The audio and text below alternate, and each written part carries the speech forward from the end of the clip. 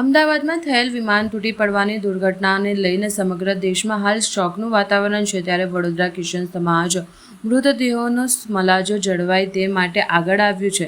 આ સમાજના લોકો દ્વારા 50થી વધારે કોફિન બનાવીને અમદાવાદ ખાતે મોકલવામાં આવશે.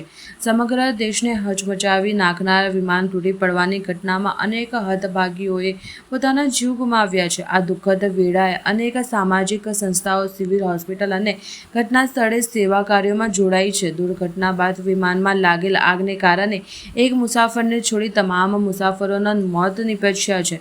તેવા સમયે હતભાગી મુસાફરોના મૃતદેહોનો મલાજો જળવાય તે હેતુથી એર ઇન્ડિયા દ્વારા વડોદરાના ક્રિશ્ચન સમાજના આગેવાન મેલ્વિનભાઈને કોફિન બનાવવા માટે વિનંતી કરવામાં આવી હતી. ગઈકાલે સાંજે એર ઇન્ડિયાની ઓથોરિટી દ્વારા મેલ્વિનભાઈને 50 જેટલા કોફિન બનાવવા માટે જણાવ્યું હતું. દુર્ઘટનામાં ભોગ બનેલા મુસાફરોના મોતનો મલાજો જળવવા માટે એલ્વિનભાઈ અને તેમની ટીમે રાત્રિથી કોફિન બનાવવાની કામગીરી શરૂ કરી હતી અને અત્યાર સુધીમાં 20થી વધારે કોફિન બનાવીને તૈયાર કરી દીધા છે. બપોર સુધીમાં એલ્વિનભાઈ તેમની ક્રિશ્ચિયન સમાજના લોકો દ્વારા બીજા 30 જેટલા કોફિન બનાવી દેવામાં આવશે અને આ તમામ કોફિનને અમદાવાદ એર ઇન્ડિયાની ઓફિસ ખાતે મોકલવામાં આવશે. ત્યારબાદ આ કોફિનોને સિવિલ હોસ્પિટલ ખાતે લઈ જવામાં આવશે. ત્યાં દુર્ઘટનાનો ભોગ બનેલ હતભાગી મુસાફરોના મૃતદેહને કોફિનમાં મૂકીને તેમના સ્વજનોને સુપ્રત કરવામાં આવશે.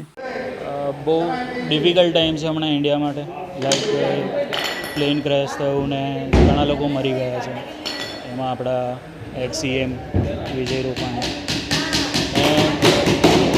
જે લોકો મરી ગયા છે એ લોકોને એમના વતન પહોંચાડવા માટે જે સેવા જોઈતી હોય એ અમે લોકો એમને આપી રહ્યા છે. એર ઇન્ડિયા તરફથી અમને કોલ આવ્યો હતો કે અમને કોફિન બોક્સની રિક્વાયરમેન્ટ છે અને એ અમે એમને પૂરું પાડી રહ્યા છે. કેટલા બન્યા છે, કેટલા મોકલવાના છે? હજુ અમે લોકો ગઈકાલ રાતથી, બિકોઝ રાત્રે જ્યારે ઓર્ડર કન્ફર્મ થયો ત્યારે અમારી પાસે રો મટીરિયલ લાવવા માટેનો સમય નહોતો, દુકાનો બંધ થઈ ગઈ હતી.